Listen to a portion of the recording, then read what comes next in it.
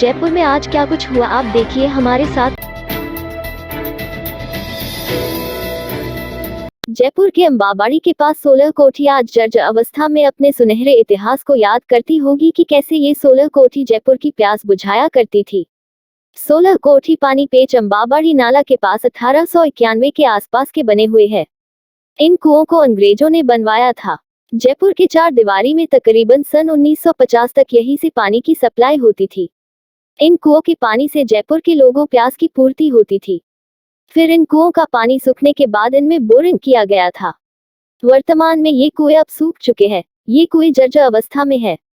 अब कुओं को सुरक्षा की दृष्टि से जाल लगाकर ढक दिया गया है।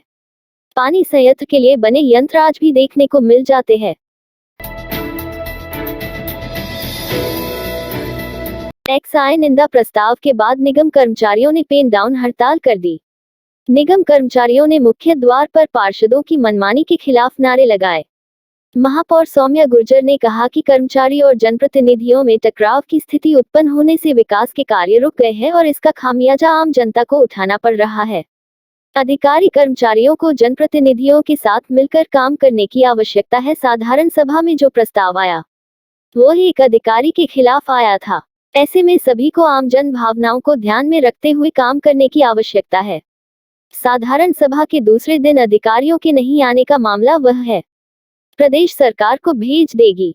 पूर्व में भी साधारण सभा की बैठक आयोजित करने के लिए 3 बार प्रस्ताव भेजे गए थे, लेकिन बैठक नहीं की गई और अंत में राज्य सरकार के हस्तक्षेप के बाद यह बैठक आयोजित की गई। मार्क्सवादी कम्युनिस्ट पार्टी के राजस्थान इकाई विधायक दल नेता बलवान पुनिया एवं संजय माधव ने मंगलवार को प्रेस कॉन्फ्रेंस में बताया कि वे करौली का दौरा करके आए हैं। उनकी जांच में दंगे के लिए पूरी तरह दोषी आरएसएस एवं बीजेपी है। बीजेपी ने दंगा भड़काने के लिए पूरी प्लानिंग बनाई। शोभा यात्रा के 2 घंटे पहले ही बाजार में लाठियां खरीदने की अफवाह फैलाई गई। पुलिस और सरकार का भी पूरी तरह फेल्योर रहा। पुनिया ने कहा कि हम हमारी रिपोर्ट मुख्यमंत्री को भी देंगे। दंगे के दोषी लोगों के खिलाफ कड़ी कार्रवाई की जाए। भाजपा प्रदेश मुख्य प्रवक्ता एवं विधायक रामलाल शर्मा ने कहा कि प्रदेश में चिकित्सा व्यवस्था पूरी तरह चरमरा चुकी है और यह अनेकों हादसों से साबित हो चुका है। पहले कोटा के अंदर शिशुओं की मौत और अब ब्यावर के अंदर शिशुओं की मौत इस बात को इंगित करती है कि चिकित्सा महकमे में काम करने वाले लोग अनियमितता कर रहे हैं। और जिस तरीके से मुख्यमंत्री ने विधानसभा के पटल पर 5 लाख की राशि बढ़ाकर 10 लाख की राशि का निःशुल्क इलाज देने की सुविधाएं जनता को दी है, मुख्यमंत्री के सामने जनता ने अपना दर्द बयां किया। वह इस बात को साबित करता है कि प्रदेश के अंदर चिकित्सा के लिए भी लोगों को आर्थिक रूप से कई गुना पैसा अधिक देकर अपनी चिकित्सा सुविधाएं लेनी पड़ रही है। और राज्य सरकार ने वादा किया था कि हम छोटे छोटे मोहल्लों में जनता क्लिनिक खोलने का काम करेंगे, लेकिन पूरे प्रदेश में सिर्फ 8-9 जनता क्लिनिक खोलने का काम हुआ, जो बंद हो चुके हैं। तो राजस्थान सरकार सिर्फ कहने की बात अलग है, लेकिन वास्तविकता के अंदर धरातल पर कोई काम नहीं हो रहा है।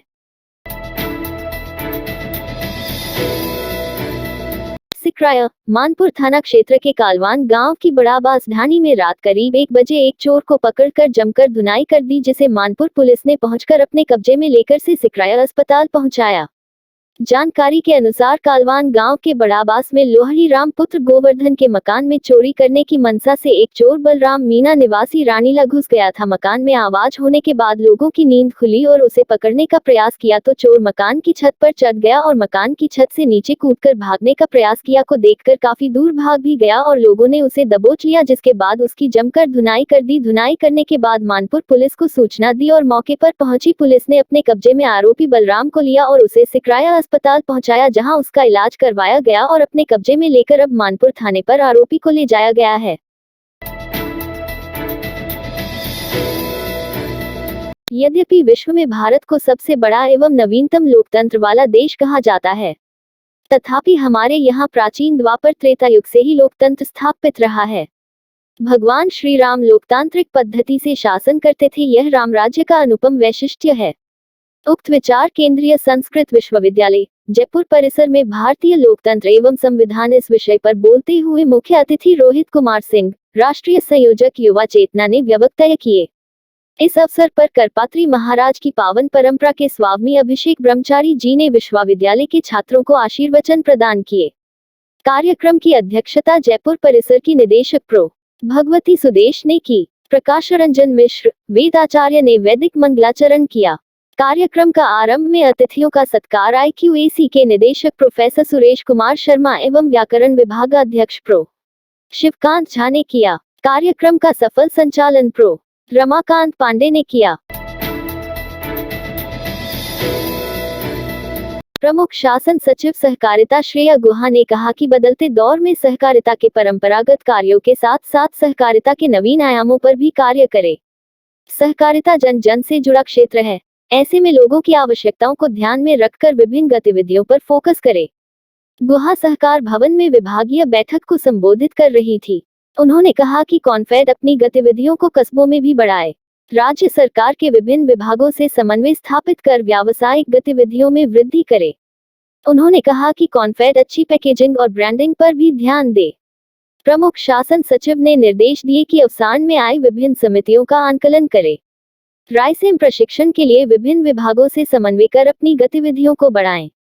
उन्होंने कहा कि कोऑपरेटिव प्रेस भी अपनी कार्यप्रणाली को बेहतर बनाते हुए अधिक व्यवसाय करें। श्रीमती गुहा ने विभाग के प्रमुख कार्यों एवं प्रमुख संस्थाओं के बारे में विस्तार से जानकारी ली। इस रात की सुबह नहीं होती जब तक हाथ में उसकी गर्माहट नहीं होती। चाय का प्याला, अखबार साथ पुराना है, मिट्टी से जोड़ता है। खबरों की खुशबू से सारा घर महकता है। हर रंग में ढला कहानियों से किस्सों तक ले जाता है बेरोक टोक। देश के हर हिस्से तक ये हकीकत का आईना है, ख्वाबों को सच करके दिखाता है। दैनिक नवज्योति, आपके लिए, आपके साथ। ये थे आज के मुख्य समाचार। विस्तार से जानने के लिए पढ़ते रहिए दैनिक नवज्योति। दैनिक नवज्योति के YouTube चैनल को सब्सक्राइब करें और ताज़ा अपडेट के लिए बेल आइकॉन दबाएं।